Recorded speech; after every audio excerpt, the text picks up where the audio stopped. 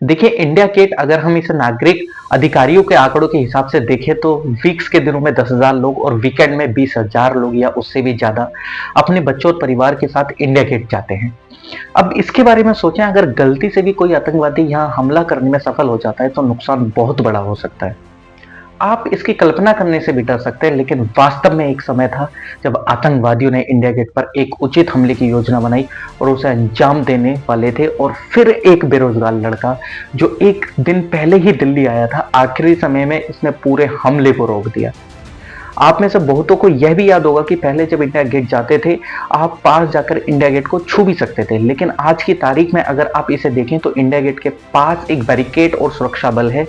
इसलिए आपको इसे दूर से ही निहारना होगा। इस घटना के बाद ये सुरक्षा बढ़ा दी गई है। अब हम समय समय पर हमलों के लिए अपनी एजेंसियों को दोष देते हैं, लेकिन यही एक ऐसी घटना थी जहां हमारी एजेंसियों ने कई लोगों की जान बचाई थी। उस समय इंडिया गेट, हमारी एजेंसियों और एक बेरोजगार लड़का, यह कहानी देश के हमारे बहुत से लोगों तक नहीं पहुंची, लेकिन इस वीडियो में मैं आपको सामने छोटे छोटे विवरण प्रस्तुत करूंगा और मैं कुछ नहीं बनाऊंगा और कुछ कहूंगा, मैं सारी चीजें तथ्यों के आधार पर कहूंगा। उस समय दिल्ली स्पेशल सेल के प्रमुख नीरज कुमार, उन्होंने रिकॉर्ड पर इसकी पुष्टि की है और मैं इसके तथ्य आपके सामने प्रस्तुत कर रहा हूं। अब जैसे कि आप जानते हैं कि पुलिस विभाग अपने अपने राज्य में काम करते हैं और पुलिस विभाग में भी हर विशिष्ट कार्य के लिए अलग अलग टीमें होती हैं, जैसे एसटीएफ और सीआईडी, क्राइम ब्रांच, और आप इस तरीके की अलग अलग ब्रांचेस के बारे में जानते होंगे। राष्ट्रीय राजधानी है, इसलिए छोटी सी भी घटना हो जाए तो ना केवल भारत में बल्कि पूरे दुनिया में सुर्खियां बटोरता है। और इन्हीं कारणों से दिल्ली हमेशा से आतंकियों के निशाने पर रही है और इन सब बातों से निपटने के लिए दिल्ली पुलिस ने अलग से स्पेशल सेल बनाई है।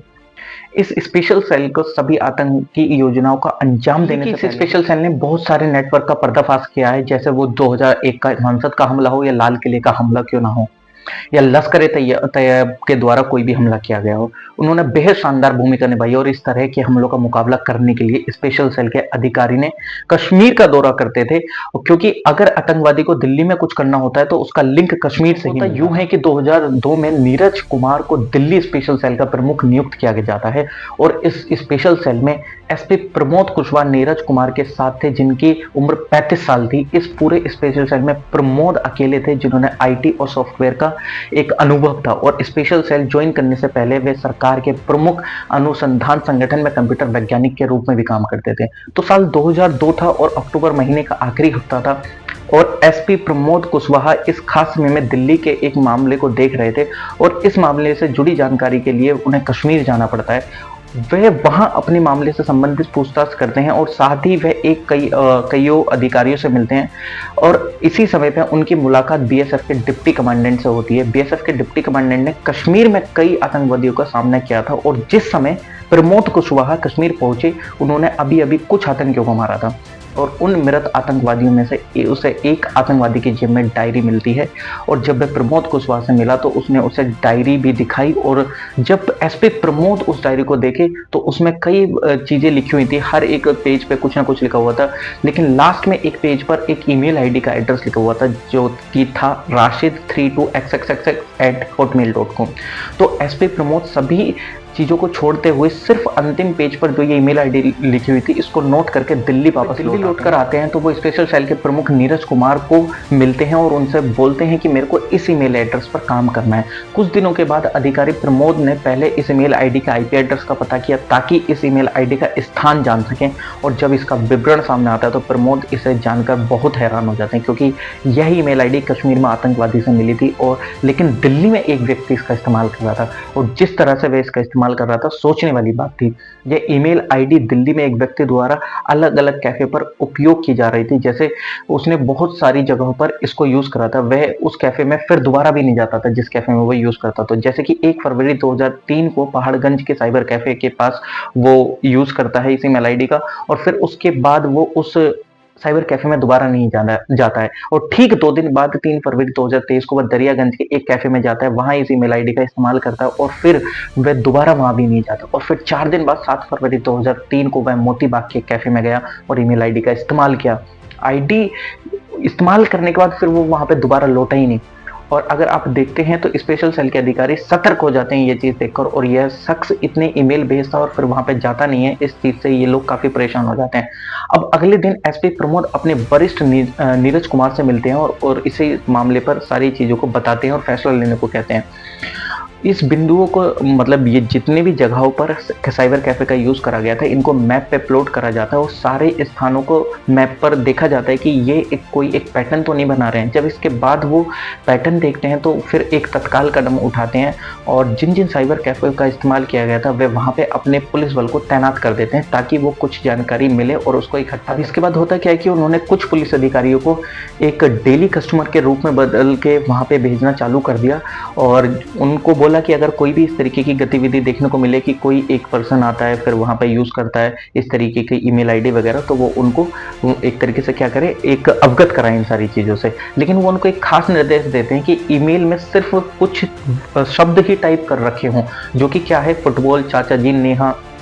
स्तूप जैसे शब्दों का इस्तेमाल करता हो कोई व्यक्ति, तो तब मेरे को आप सीधा इन्फॉर्म करें। अब आपके दिमाग में एक सवाल होगा कि केवल चाचा जी, स्तूप, फुटबॉल जैसे शब्द ही क्यों, एक तरीके से सिर्फ इन्हीं लोगों को ही क्यों, मतलब यूज करने वाले शब्दों को ही गिरफ्तार करना था। तो थोड़ा रुकिए, आपको मैं आगे सारी चीजें बताऊंगा। एक दिन क्या होता है कि वह व्यक्ति आता है और उस कैफे में इस ईमेल एड्रेस का इस्तेमाल भी करता है, लेकिन वह बच निकलता है। और वह बच निकलता है क्योंकि उस समय पे दिल्ली में दिल्ली पुलिस दिवस था, जिसमें अधिकारी और उसके यूनिट परेड करते हैं। तो दिल्ली की जितनी भी सारी पुलिस फोर्स थी और एसपी प्रमोद भी उस परेड में शामिल होने गए थे। हालांकि वो उसमें शामिल होना नहीं चाहते थे, लेकिन उन्होंने जबरदस्ती करके उसमें शामिल होना। नीरज कुमार जो थे वो अपना नाम लिस्ट से हटवाने के लिए काफी गुहार लगाते हैं, सारी चीजें करते हैं, लेकिन उनका नाम हटाया नहीं जाता है। तो वो बोलते भी हैं कि मेरा नाम आसानी से हटाया जा सकता था, लेकिन कुछ अंदर के मैनेजमेंट के कारण मेरा नाम नहीं हट पा रहा था। अब क्या होता है कि अब तो वो यहाँ से निकल के चला गया, लेकिन अब दोबारा से इस तरीके की पैरवी चालू करती जाती है। लेकिन अब इसके बाद क्या होता है कि जो स्पेशल सेल है फिर से अपना काम शुरू कर देता है और मूल रूप से इन ईमेल में जितना भी मतलब मैसेज आते थे या जाते थे सभी को ट्रैक करने स्टार्ट हो जाता है। तो दिल्ली के अलग अलग साइबर कैफे में भेजा जा रहा है और वहाँ पे मैसेज भी रिसीव हो रहे हैं। तो अब इसमें क्या होता था, इनमें एक बहुत अलग तरीके की चीज नोट करिए कि जितने भी ये ईमेल जा रहे थे उन ईमेल्स में एक तो ये जो ईमेल आईडी थी rashid32xxxx@hotmail.com,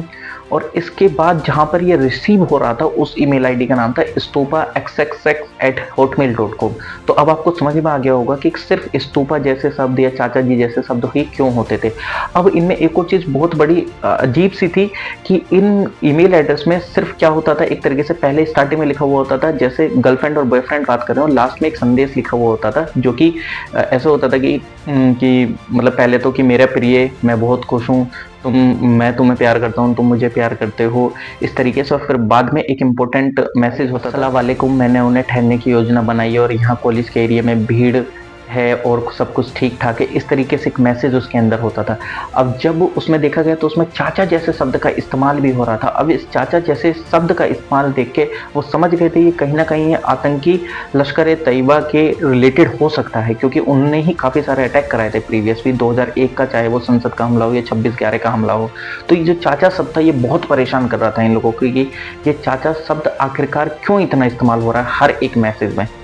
अब जब ईमेल के बारे में उन्हें ये सब पता चला कि स्टार्टिंग में इस तरीके का मैसेज है और नीचे ये कोडिंग लैंग्वेज में अपना कुछ मैसेज भेजते हैं, तो फिर इन लोगों ने और भी ज़्यादा छानबीन करनी इसमें चालू। होता क्या है कि 13 फरवरी को एक और ईमेल भेजा जाता है स्तूपा XX मेल आईडी से। अब नई मेल आईडी पे भेजा जाता है नेहा सिंह करके, उस पर लिखा होता है कि अल्लाह आपकी रक्षा करे, आप दोनों और आपके भाई को काम जारी रखना चाहिए। फिर एक 15 फरवरी 2003 को फिर एक ईमेल जाता है, उसमें भी लिखा हुआ होता है कि आप बेहतर जानते हैं कि फुटबॉल का क्या करना है, मैच के बाद मुझे संदेश भेजें, इस तरीके से वो उसके अंदर लिखा है। जकीर उर रहमान खुद ही एक ईमेल भेजता है चाचा जी @hotmail.com से, और उसमें लिखा हुआ होता है कि मैच की तारीख तय होने तक खिलाड़ियों का ख्याल रखना होगा, काफ़ी जिम्मेदारी है, अगर कुछ होगा तो क्या तय करना है वो आप देख लीजिएगा, इस तरीके से वो लिखता है। और उसमें अगर ये देखा जाए तो उसकी जो IP एड्रेस ट्रेस होता है तो उसमें ये पता चलता है कि ये इस्लामाबाद के पाकिस्तान का है जो IP एड्रेस। इसके बाद अगले दिन एक और ईमेल भेजा जाता है और इस ईमेल में जिस दिन हमले की योजना बनाई गई थी उसकी पुष्टि हो गई और लिखा था प्रिय राशिद, मैच की तारीख तय हो गई है, विश्व कप फाइनल 25 तारीख को तय किया गया है, मैच का समय वही है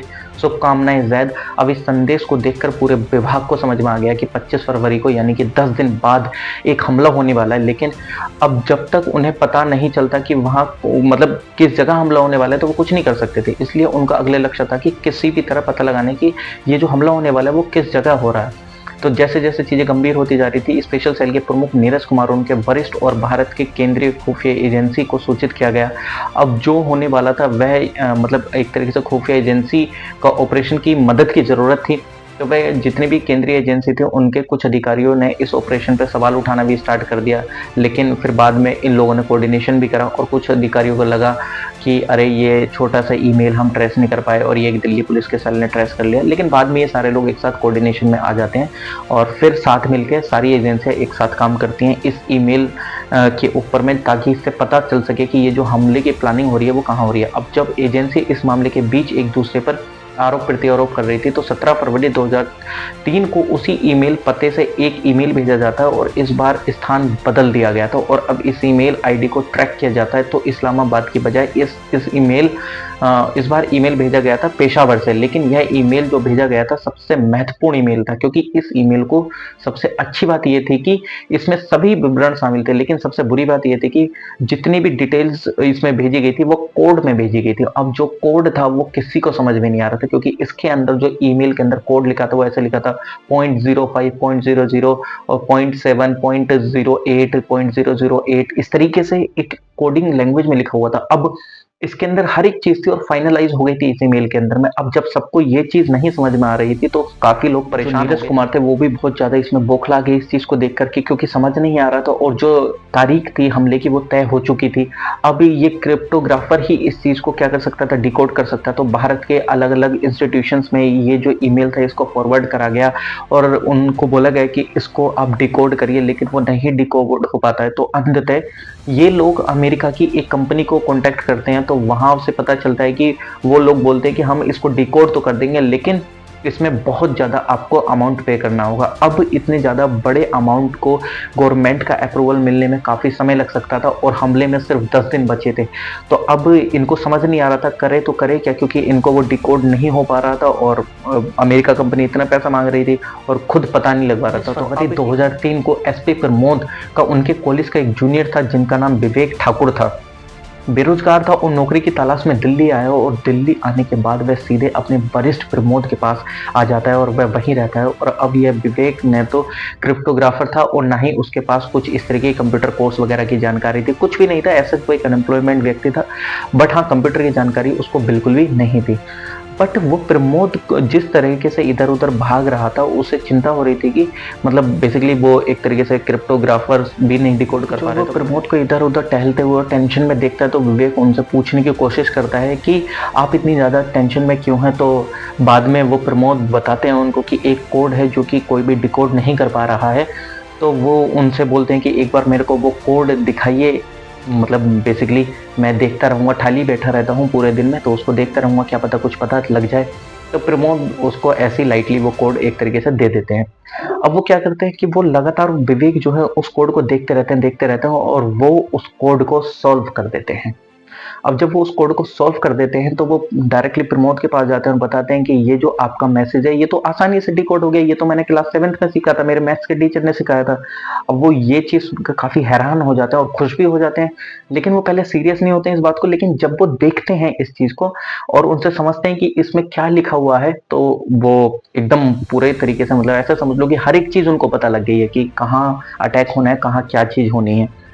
तो वो विवेक जो है वो उनको बताते हैं कि इसके अंदर में यूज़ करा गया है कि जस्ट लाइक जैसे डेसिमल 001 है तो ये ए के लिए यूज़ करा गया है, डेसिमल 002 है तो वो बी के लिए यूज़ करा गया है, और डेसिमल 003 है तो वो सी के लिए यूज़ करा गया है। इस तरीके से वो कोडिंग लैंग्वेज थी। और जैसे ही 6 लेटर के बाद दोबारा से रिवर्स होता है, फिर वो अल्फ़ाबेटिकली सीरीज फिर दोबारा से स्टार्ट हो जाती है। तो इस तरीके से उसमें पता चलता है कि उसमें इंडिया गेट नहीं लिखा था, इंडिया गेट एक्स लिखा था, क्योंकि जहां से वो ईमेल आया था उसमें लास्ट की जो कोडिंग थी वो गलती से चेंज हो गई थी। तो इंडिया गेट एक्स, तो अब लोगों को पता चल गया कि ये जो अटैक होने वाला है वो इंडिया गेट का होने वाला है। तो जो दिल्ली पुलिस सेल है वो पूरा एकदम कोऑर्डिनेशन करती है गवर्नमेंट वगैरह से और बोलती है कि यहाँ पे आर्मी RAF इन सबको रिक्रूट करा जाना चाहिए। एकदम बुलाते हैं सारे लोगों को और वहाँ पे हमले के मतलब जिस दिन हमला होने वाला था उससे एक दिन पहले सब जगह सिक्योरिटी टाइट कर दी जाती है पूरे दिल्ली में, और फोर्सेस जो हैं वो रातों रात वहाँ पे आ जाती हैं, आर्मी उसको पूरा घेर लेती है, और इस तरीके से जो इंडिया गेट पे हमला होने वाला था वो पूरी तरीके से निस्त नाबूद हो गया। और उस दिन के बाद ना तो वो ईमेल आईडी कभी यूज़ हुई, और जितनी भी ईमेल आईडी थी ना वो कभी मतलब आगे जितनी भी हमले वगैरह की जो प्लानिंग हुई ना उनमें यूज़ होती हुई देखी गई, और वो जो इंसान साइबर कैफ़े में इस्तेमाल कर रहा था ना वो कभी दिल्ली में देखा गया। तो इस तरीके से एक बेरोज़गार लड़के ने इंडिया गेट पर हमला होने से बचाया था। Thank you.